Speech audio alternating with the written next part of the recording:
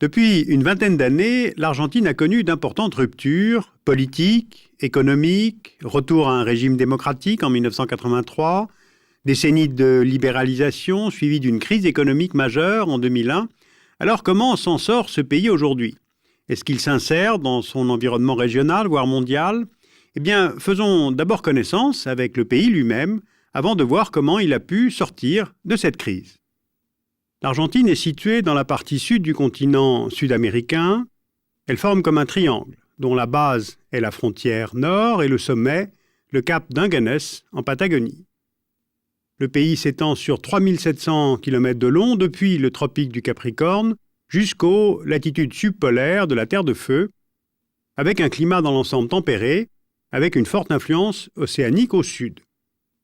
L'Argentine a 6 voisins.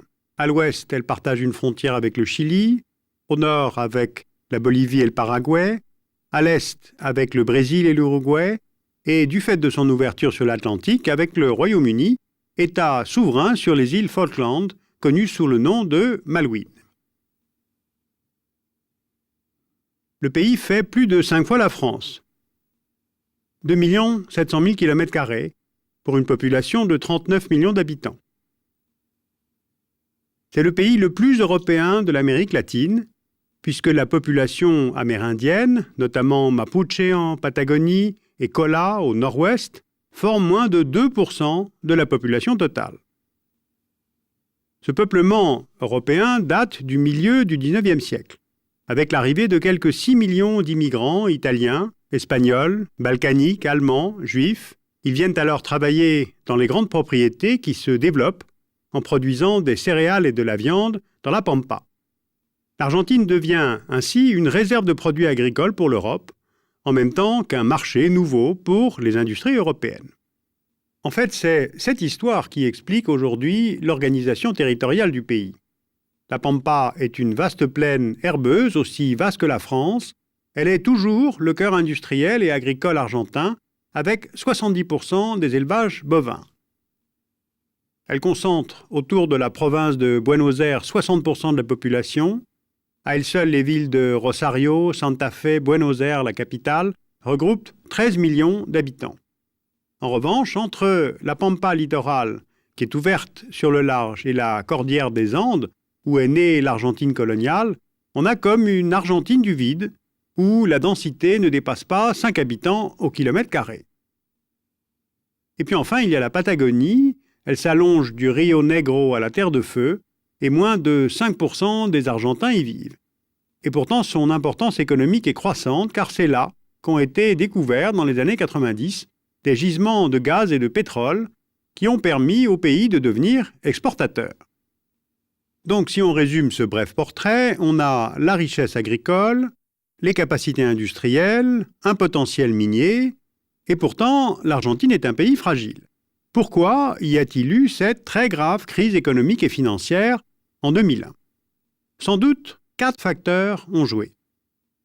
D'abord, comme de nombreux pays en développement, le pays s'est endetté à partir des années 70, attiré par les taux d'intérêt très bas des banques occidentales.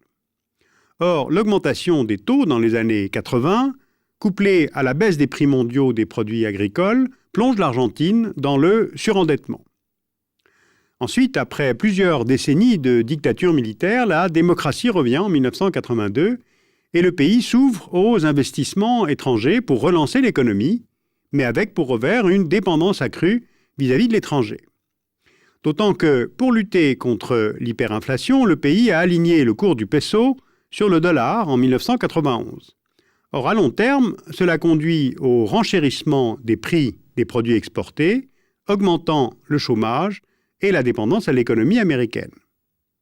Dernier facteur, les politiques d'ajustement structurel proposées par le FMI n'ont fait qu'empirer la situation de l'Argentine. Alors, où en sommes-nous aujourd'hui ? L'Argentine a pu renouer avec la croissance, le gouvernement ayant mis fin à la convertibilité du peso avec le dollar, rendant ainsi les exportations plus compétitives, notamment celles des hydrocarbures, dont les prix sont très hauts depuis 2003, celle des produits agricoles tels le soja, dont elle est le 3e producteur mondial, celle des bovins, 4e producteur mondial, La croissance a dépassé les 8% par an depuis 2003, le chômage diminue et le pays a pu rembourser la totalité de sa dette au FMI.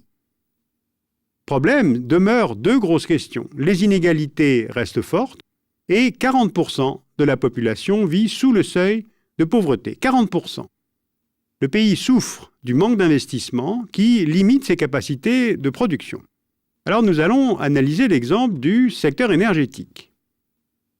Cette reprise économique après la crise de 2001 a gonflé la demande en énergie et le pays peine maintenant à y répondre. Alors pourquoi ? Premièrement, les compagnies pétrolières étrangères hésitent à investir dans la prospection, car la dévaluation du peso et le blocage des prix ont réduit la rentabilité des capitaux. La compagnie Total a pourtant inauguré en juin 2005 le gisement de gaz de Carina Ariès en terre de feu. Ensuite, l'exploitation d'éventuelles ressources offshore pourrait être extrêmement complexe et c'est là qu'il faut se pencher sur les questions de géopolitique régionale. Dans les eaux territoriales des îles Malouines, les indices géologiques ont révélé la présence de pétrole offshore.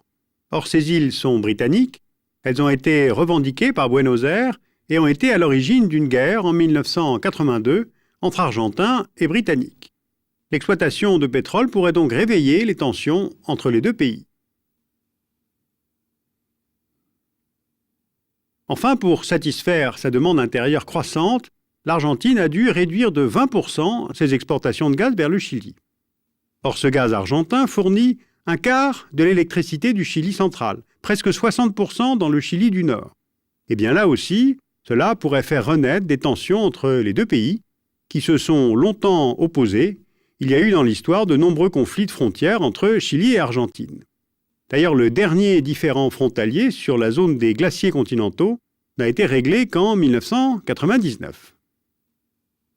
Passons enfin à l'échelle régionale pour comprendre comment évolue le Mercosur, dont fait partie l'Argentine. Cette organisation regroupe en outre le Brésil, l'Uruguay, le Paraguay, plus le Venezuela depuis 2006, plus 5 pays associés, le Chili, la Bolivie, la Colombie, le Pérou et l'Équateur. L'objectif premier de ce groupe d'États, c'est de créer une dynamique régionale grâce à la libéralisation des échanges, et ce pour mieux s'insérer dans la compétition internationale. Or, avec la crise argentine, les dynamiques sont de moins en moins convergentes. D'un côté, l'Argentine est en pleine reconstruction économique depuis 2001. De l'autre, le Brésil s'affirme comme une puissance régionale, voire mondiale. Et l'entrée du Venezuela dans le Mercosur pourrait reconfigurer l'organisation qui serait alors moins axée sur le cône sud, et ce peut-être au détriment des intérêts argentins. Alors on l'a compris, l'économie argentine s'est redressée de façon surprenante. Ça a été possible par la stabilité politique incarnée par le président Kirchner, qui a été élu en 2003. Son mandat sera remis en jeu en 2007 et il a plusieurs succès à son actif, comme le remboursement de la dette ou le maintien d'un excédent budgétaire. Mais tout de même, à l'intérieur, avec 40% de la population de ce pays qui vit sous le seuil de pauvreté, on a une nette augmentation du travail au noir, du trafic de drogue, du blanchiment d'argent sale. Et les écarts de richesse entre Argentins sont immenses. Alors cette crise a renforcé les pouvoirs du président sans véritable débat, renouant avec la longue tradition présidentialiste, personnaliste de la démocratie argentine. Donc ce pays serait-il une démocratie paradoxale, c'est-à-dire faite pour les électeurs, mais pas pour les citoyens ?